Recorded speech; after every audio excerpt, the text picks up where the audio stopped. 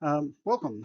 This was originally part of a larger presentation on my series on defending Australia. That presentation I've since removed.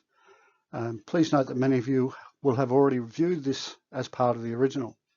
However, these are stories that I do not wish to be forgotten, so I have stripped them out of that into this presentation.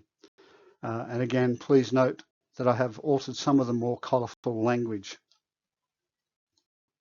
All right, in late 1999, following a UN-organised independence vote, the Indonesian-backed militia, directly assisted by Indonesian soldiers and officers, launched wide-scale reprisals against the civilians in Timor.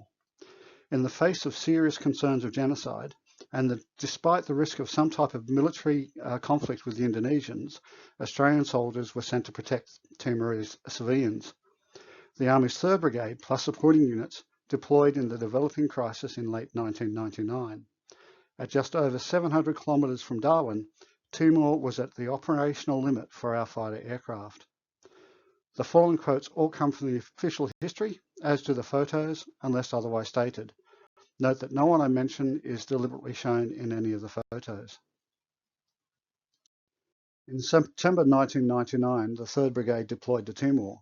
Those soldiers arriving by air saw a city on fire. Others, especially the heavy equipment, came by sea. Upon arrival, they were greeted by the bodies of a large number of civilians, mutilated and murdered by a militia that did not want the Australians there, a militia that was openly carrying weapons, a militia that would presumably do the same to the Australians as they did to the civilians if they ever could. Commentators have stated that the Indonesians held the militia back because of international pressure, or because of the threat of airstrikes, or because of the international naval presence. Yet, in reality, neither of those factors mattered to the militia. They had raped, murdered, and looted on an enormous scale. Sure, the Indonesian military may not have wanted conflict, but that doesn't mean this militia would do as it was told. In fact, the worst possible outcome was that any fighting between the militias and the Australians would quickly spiral out of control, leading to another long war of attrition reminiscent of the Confrontasi. The only ones who could control the situation and try to prevent escalation were the troops on the ground. There were plenty of cases where the interfet rules of engagement would have enabled the Australian soldiers to respond to provocations, especially when weapons were pointed at them and mock-fired. There was no order given from Headquarters 3rd Brigade to show restraint. Rather, somewhere along the way, Australian soldiers decided the threats were only threats, and a precarious peace was maintained.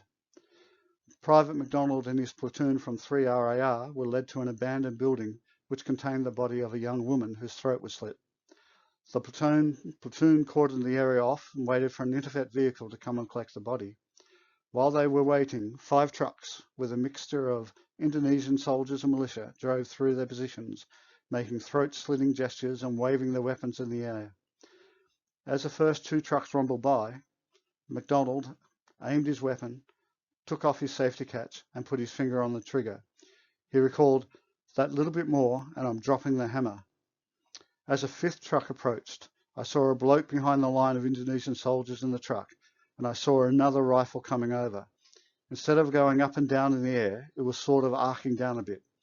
I was just waiting for it to drop a bit further, so I took a sight picture on the bloke, and I just started caressing the trigger, just started the pressure on, and it didn't come down far enough for me to justify it. So I stopped, and the trucks went by, and that was it. They were all gone. My finger came off, safety catch came back on, and I just thought, well, that was too close. 2 checkpoints were set up by 2 RAR in Dili. About 60 trucks, loaded with Luta militia from Battalion 745, were stopped at both. This militia unit was renowned for its brutality. The first checkpoint held a platoon commanded by Lieutenant Steve Casey, supported by a few ASLAVs. They faced about 500 militia and Indonesian troops. The Australians were eventually ordered to let them through, but it was so close that the company commander recalled, "Guys had taken their pins out of their grenades." Cosgrove was to write, "Arguably the future of Australian-Indonesian relations may have been determined by the professionalism of that young officer and his small team at that control point." The danger was repeated again at the second checkpoint manned by Lieutenant Peter Halliday's 8th Platoon. Having succeeded once, the militia was even more aggressive, but Halliday and his men retained control. Still, the message went up the chain of command. If we don't let them through, it's on. The decision was made to let them through. The degree of confidence in their troops was shown by this comment from Brigadier Mark Evans about his single platoon holding off 500 militia and Indonesian soldiers until help arrived. We would have won tactically, but we did not need this right now while building the force, he said. My final story is also my favourite. It is not about Australians staring down Indonesian soldiers and militia. Instead, it is about the breakdown in the logistics chain supporting 3rd Brigade in Timor. The Army's carefully crafted movement schedule, especially for supplies, break down in the face of RAAF reprioritisation. A critical shortage of fresh water developed that put the men in the field at serious risk. The Navy stepped up, but there was another source of water in Timor that the Army could use. The Air Force had shipped in a large amount of bottled water, waiting for the bulk of their personnel to arrive. 2 RAR's Regimental Quartermaster Sergeant, Peter Melee, in the finest tradition of the Australian Army, led a party to liberate the water. My personal vision is of him raising his size 12 boot and kicking the door in. The reality was probably a little less interesting. The Air Force staff on site, once they were told what was happening, would have unlocked the door and helped carry the bottles to the trucks. I do like the boots though. Yet 3rd Brigade was also more than Melee. He wasn't the only warrant officer that made a difference in Timor. Then there were the sergeants and junior NCOs, almost none of whose names we know. For every Casey and Halliday, there were dozens of other platoon and company commanders who both their men and senior commanders trusted. For every MacDonald, there are about 30 other diggers in his platoon that will remain anonymous, and all those in the other platoons in his company,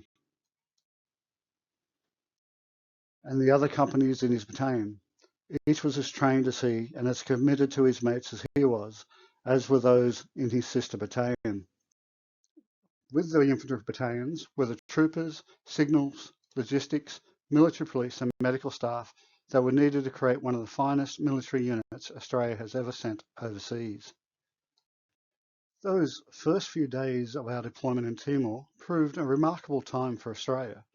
We were risking war with Indonesia, using an army that just 2 years earlier was only told to start preparing for overseas deployments on this scale. As always, in a crisis, it is up to the men and women on the ground to get the job done. We can simply never know how many innocent lives were saved by this deployment, but we do know who saved them.